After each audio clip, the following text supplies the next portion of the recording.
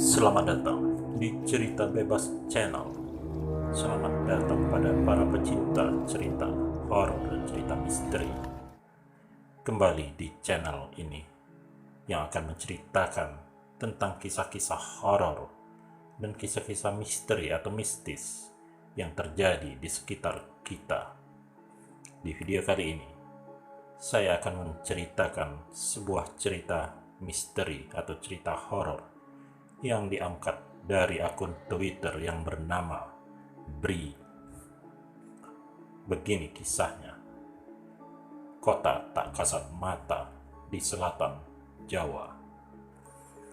Aku dan Virgo akhirnya menyerah.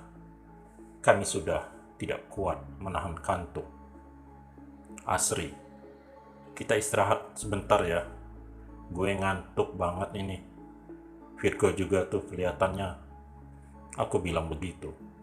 Setelah menghentikan mobil di pinggir jalan, di dekat sebuah gapura yang ukurannya cukup besar.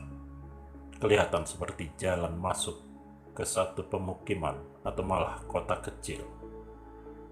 Gapura ini agaknya merupakan satu-satunya bangunan yang kami temukan sepanjang beberapa puluh menit perjalanan sebelumnya. Aku sempat memperhatikan sebentar. Gapuranya berbentuk dua tembok tinggi berwarna gelap, namun masih kelihatan jelas. Iya mas, gak apa-apa, istirahat aja dulu. Daripada kenapa-napa kan, Asri bilang begitu. Ya sudah, kurebahkan kursi supaya gak terlalu tegap. Cari posisi enak untuk terlelap bareng sejenak. Niatnya seperti itu. Tapi sebelum terlelap, sekilas aku melirik jam tangan menunjuk ke angka 1.00 dini hari. Aneh, padahal seringkali lebih dari 1 jam aku masih kuat berkendara.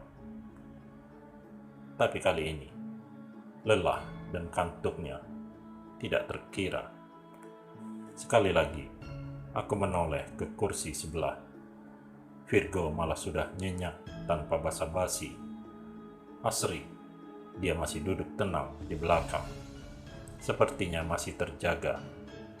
Aku tidak bisa melihatnya dengan jelas karena kabin dalam keadaan gelap.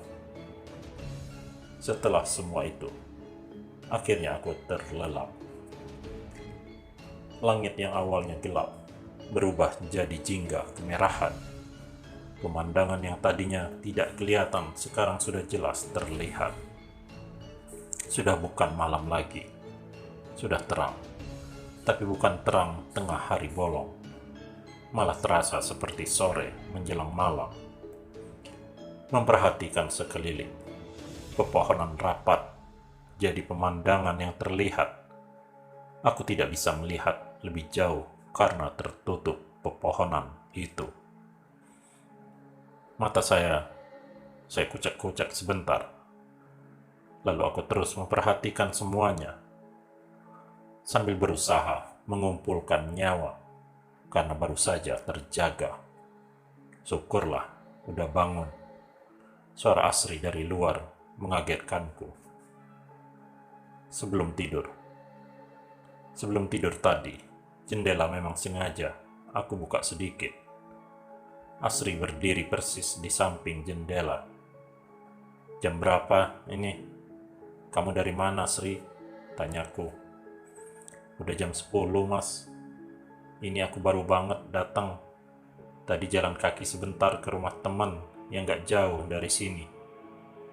Walau masih belum sadar sepenuhnya, tapi aku mulai mudeng semuanya.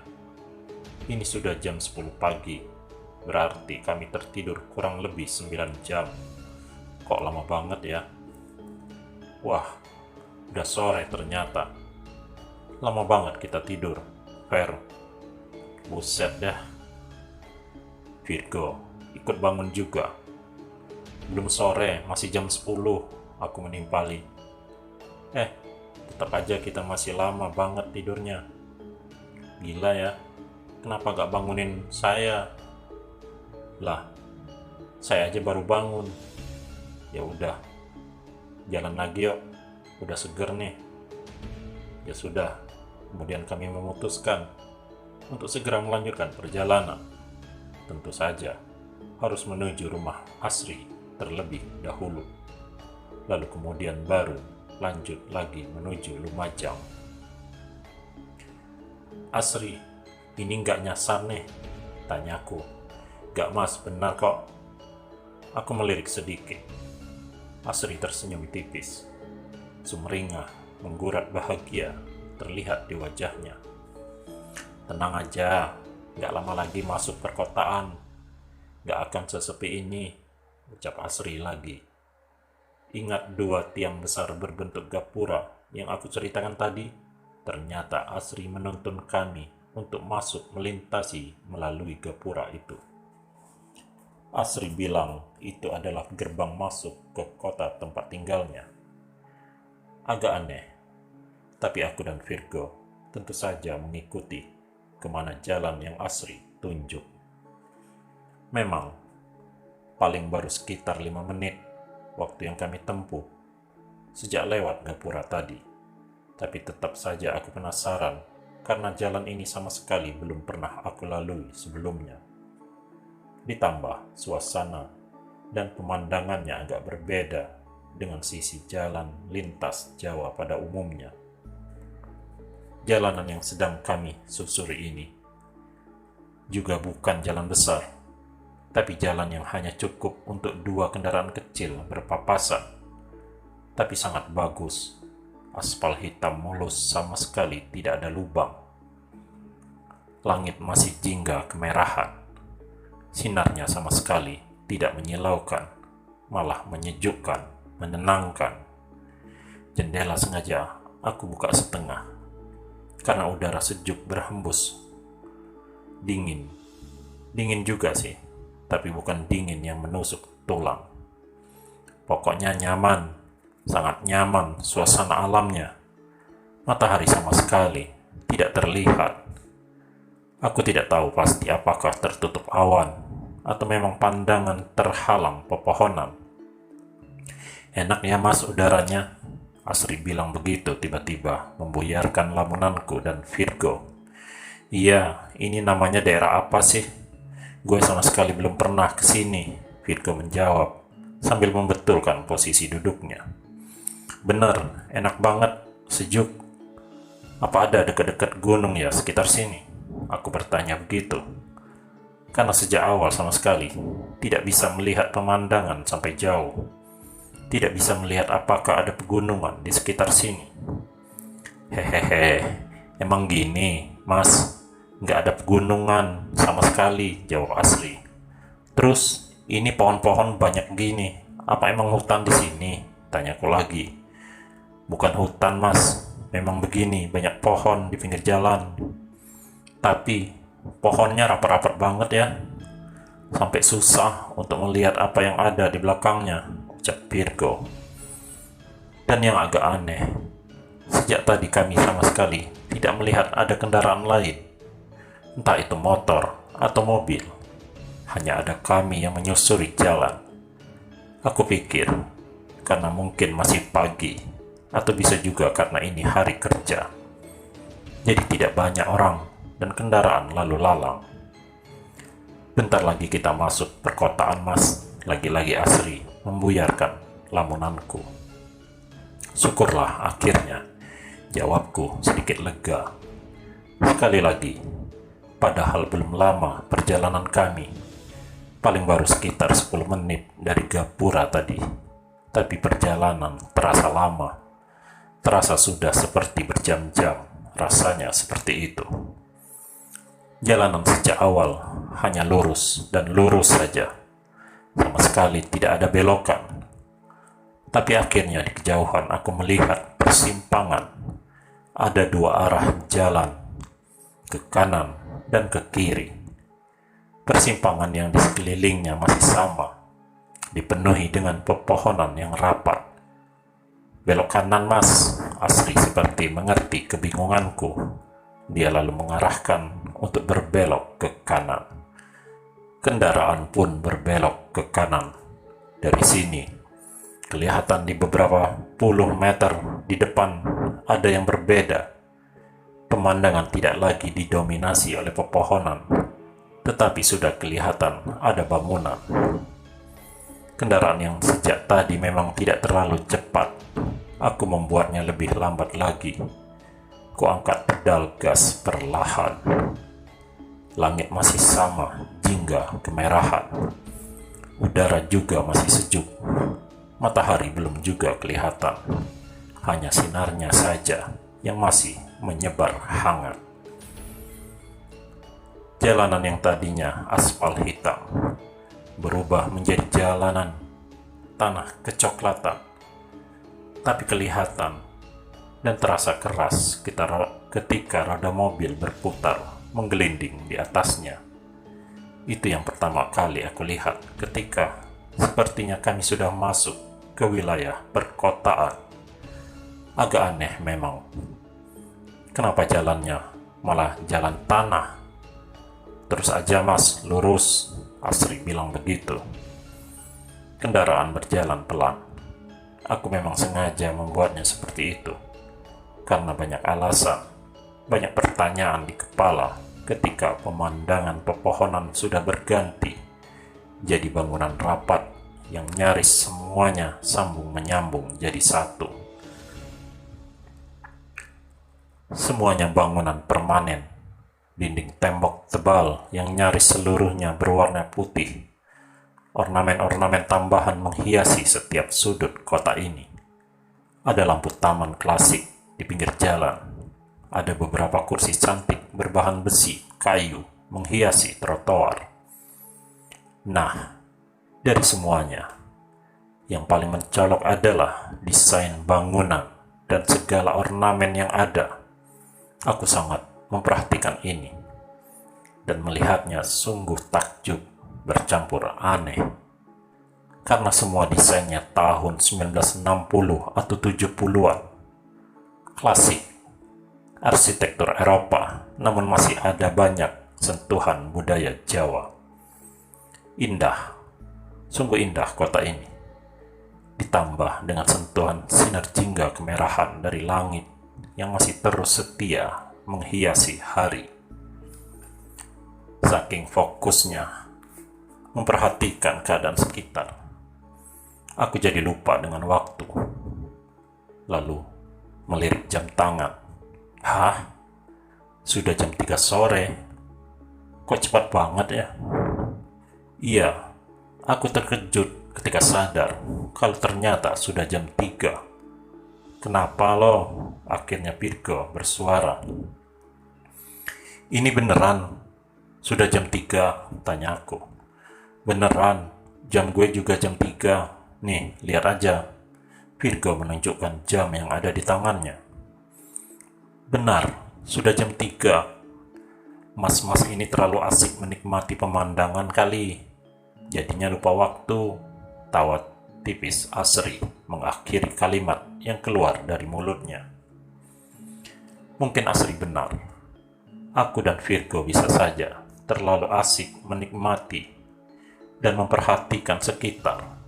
Tapi seharusnya tidak selama itu. Tidak secepat itu. Waktu bergulir.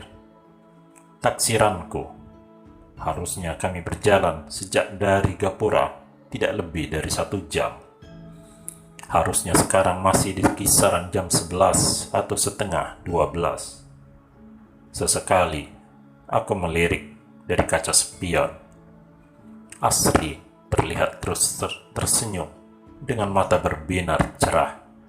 Asik memperhatikan suasana kampung halamannya. Seperti orang yang sudah bertahun-tahun tidak pulang. Emang biasanya kayak gini ya Sri? Gak ada orang sama sekali, sepi amat. Aku akhirnya bertanya kepada Asri perihal keanehan selanjutnya. Keanehan itu adalah sejak sampai di kota kecil ini, sama sekali tidak ada orang yang lalu lalang. Tidak ada sama sekali. Ditambah, tidak ada suara yang terdengar. Desir hembus angin pun tidak ada. Hanya suara mesin mobil kami saja yang menggema pelan, terpantul dinding rapat bangunan.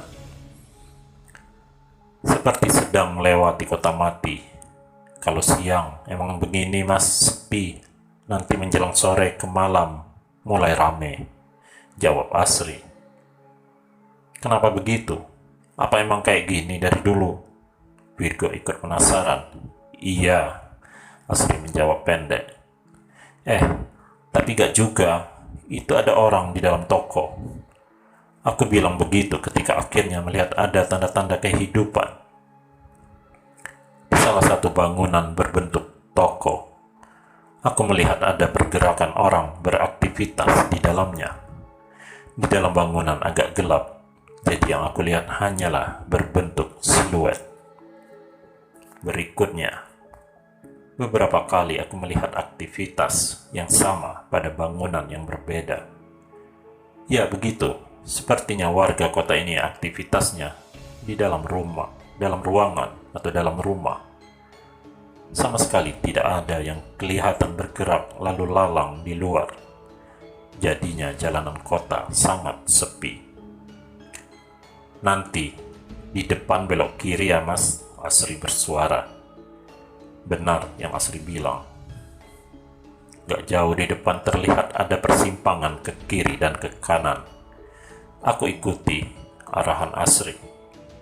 Selanjutnya, setelah berbelok, suasananya tetap sama. Masih berjajar bangunan desain klasik yang berjajar rapat satu sama lain. Pemandangan sama persis. Masih lambat aku melajukan mobil. Semakin lambat, karena semakin banyak pertanyaan di kepala. Jalan kembali lurus. Aku ikuti terus, dengan pemandangan dan suasana yang nyaris sama. Masih juga, beberapa kali aku melihat pergerakan warga yang beraktivitas di dalam bangunan, entah itu toko atau rumah. Aku dapat melihatnya dari jendela mereka. Ya, tentu saja aku masih saja melihat mereka dalam bentuk siluet. Gak jelas. Oh ya, kenapa aku bisa melihat mereka? Karena jarak jalanan dan bangunan cukup dekat.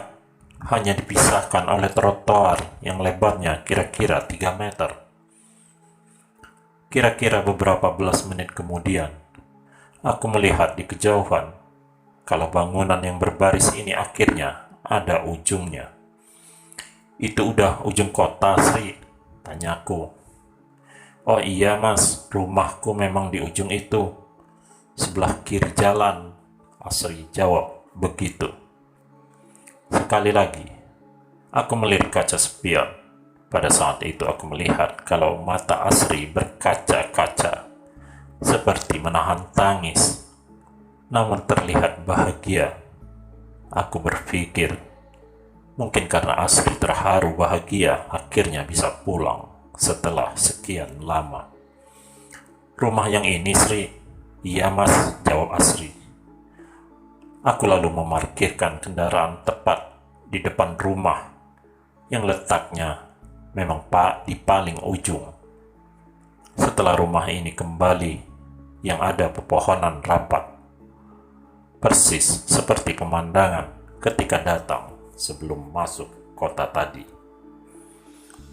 Sama dengan bangunan lain di kota ini, rumah Asri juga bentuknya berdesain kuno, seperti bangunan Eropa zaman dulu. Setelah turun dari kendaraan, Asri mengajak kami untuk langsung masuk ke rumahnya. Aku dan Virgo masih dengan banyak pertanyaan di kepala, mengikuti Asri dari belakang. Lalu kami masuk ke rumah yang kalau dari luar terlihat besar. Sebentar, ternyata ketika sudah di dalam, aku melihat rumah ini ternyata nggak besar-besar amat. Nggak sebesar ketika dilihat dari luar, tergolong kecil malah. Ketika baru masuk, kami langsung menemui ruang tengah.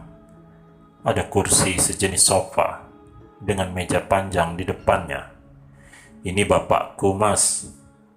Asri memperkenalkan kami dengan seorang lelaki yang ketika kami datang sudah ada duduk di ujung sofa. Iya, itu ayahnya Asri, lelaki berumur 50 tahunan, mengenakan batik lusuh bercelana hitam. Kami bersalaman. Virgo juga. Sempat kaget, karena tangan bapak ini terasa dingin sekali seperti es. Setelah itu kami dipersilakan duduk. Selain si bapak, ada anak kecil yang sejak tadi sudah berdiri di pintu yang menuju belakang. Anak perempuan ini rambutnya pendek, wajahnya terus tersenyum dari sejak kami datang. Ini adik aku, Mas, akhirnya Asri memperkenalkan. Dengan adiknya Asri, kami tidak bersalaman karena dia seperti malu-malu, gak mau mendekat, namun masih terus tersenyum. Nah, di dalam rumah, makin banyak kejanggalan yang membuat aku dan Virgo mulai makin merasa ada yang salah, ada hal yang aneh. Beberapa kali kami berpandangan ketika melihat atau merasa ada yang janggal. Contohnya adalah tangan ayah Asri yang sedingin es tadi. Yang aneh berikutnya, Asri jadi sangat-sangat pendiam. Setiap aku dan Virgo bertanya, dia menjawab hanya dengan isyarat, entah mengangguk atau menggeleng. Ditambah, ayah Asri juga sama sekali tidak berbicara, hanya tersenyum-senyum saja. Begitu juga adik Asri, hanya berdiri di pintu, sambil terus tersenyum.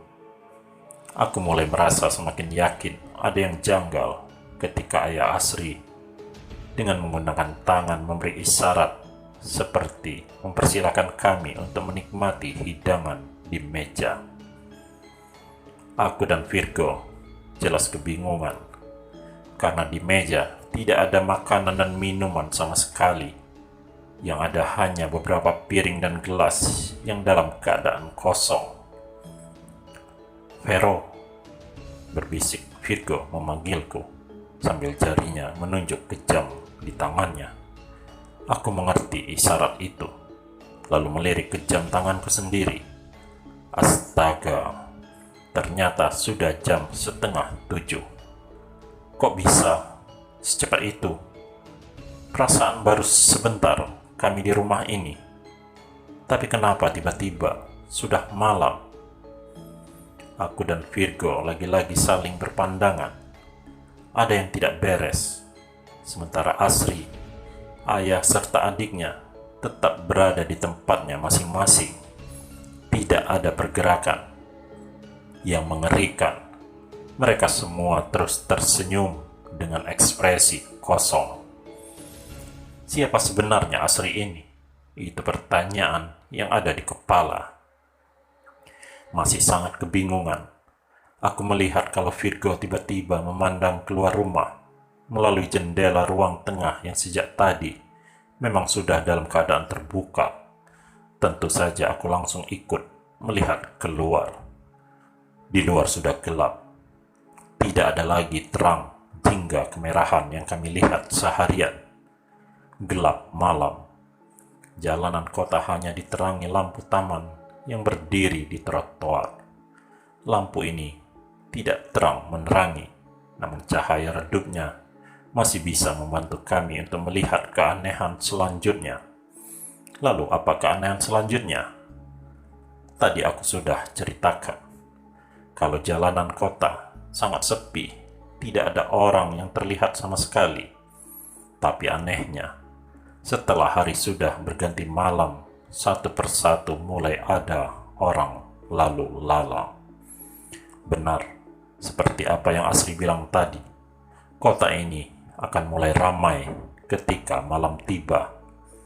Cukup lama, aku dan Virgo melihat dan memperhatikan luar, seperti terhipnotis terus-terusan seperti itu.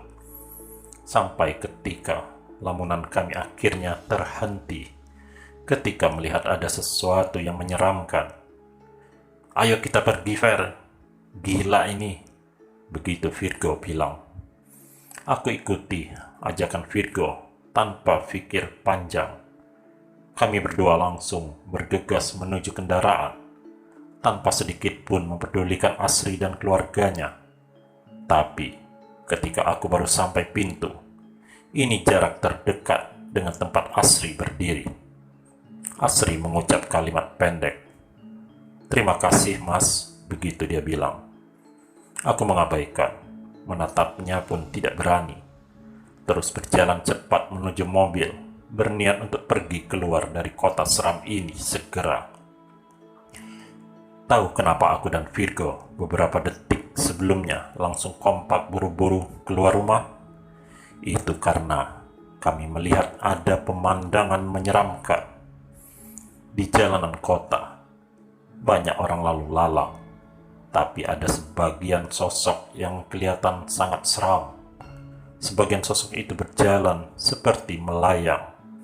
Kakinya seperti tidak menyentuh tanah. Kami terpaku melihatnya. Kemudian beberapa detik selanjutnya, kami juga melihat kalau ayahnya Asri, lagi-lagi tanpa suara, dia memberi isyarat dengan tangan, seperti pamit hendak meninggalkan ruangan. Ternyata benar, beliau pergi meninggalkan ruang tengah menuju belakang rumah. Yang mengerikan, ternyata beliau bergerak melayang juga, tidak berjalan seperti manusia normal.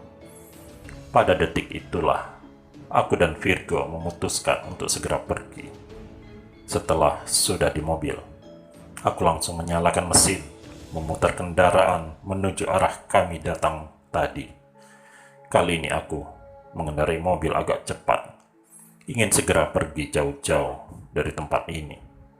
Lewat kaca spion, aku melihat dari kejauhan Asri melambaikan tangan ke arah kami. Meraba-raba aku menyusuri jalan kota seram ini. Sepanjang jalan ini pula, kami terus melihat pemandangan seram. Banyak sosok yang lalu lalang berjalan bergerak melayang. Entah kota apa ini. Beruntung, aku tak menemui kesulitan mencari jalan. Tidak lama kemudian, kami sudah berada di luar kota itu. Sudah kembali menemui pepohonan rindang. "Lo mual gak sih? Pusing kepala gue," ucap Virgo. Ya, aku juga merasakan hal yang sama.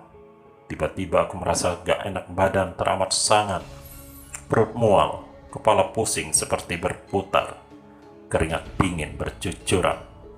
"Kita minggir dulu aja ya," aku bilang begitu. Karena sudah tidak tahan lagi. Setelah mobil sudah terparkir di pinggir jalan, aku merebahkan tubuh, kemudian tidak ingat apa-apa lagi. "Vero, bangun Ver, bangun!" Suara Virgo membuat aku terbangun. Aku terjaga, seperti baru sadar dari pingsan. Kepalaku masih pusing, baju basah, berkeringat, masih terasa mual juga. Suasana di luar masih gelap, sangat gelap. Aku lalu memperhatikan sekitar. Ternyata kami sudah berada kembali di tempat yang sama. Parkir di dekat gapura besar yang Asri bilang merupakan gerbang masuk ke kota asal dia. Kami kembali ke awal, tapi tanpa Asri. Gak ada Asri. "Jam berapa ini?" tanyaku. "Jam 1:30, jawab Virgo. Masih jam 1:30 dini hari. Ternyata hanya setengah jam yang lalu ketika aku, Virgo, dan Asri memutuskan untuk istirahat sejenak. "Ayo kita cabut, gila serem banget," aku bilang begitu sambil menyalakan mesin mobil. "Asri gimana?" tanya Virgo. "Asri bukan orang," jawabku. Lalu kami buru-buru pergi dari tempat itu, melanjutkan perjalanan menuju Lumajang. Jadi begini awal ceritanya. Sebelum aku kenal Asri, karena kami tinggal di tempat kos yang sama. Kebetulan aku anak baru sebulan tinggal di situ, sedangkan Asri katanya sudah lama kos di situ. Pada suatu hari, 1 minggu sebelum kejadian seram itu, aku dan Virgo ditugaskan oleh perusahaan tempat kami bekerja untuk berkunjung ke kantor cabang di Lumajang. Entah tahu dari mana, Asri bisa menebak kalau aku akan ada perjalanan ke Lumajang. Mas, aku boleh numpang gak ya? Aku mau pulang kampung. Sudah lama banget gak mudik. Begitu Asri bilang ketika kami berbincang di tempat kos pada suatu malam. Memang kampung halamannya di mana? Tanya penasaran. Pokoknya beberapa jam sebelum Lumajang, di selatan Jawa. Oh, ya udah, ikut aja, gak apa-apa sekalian. Emang gue dan teman kantor mau lewat selatan sih, begitu jawabku. Akhirnya yaitu tadi, Asri beneran ikut aku dan Virgo menumpang sampai kampung halamannya di sebuah kota kecil dan menyeramkan. Setelah kejadian misterius itu, aku tidak pernah lagi melihat Asri di tempat kos. Demikianlah cerita kita kali ini. Semoga Anda terhibur. Terima kasih. Sampai jumpa.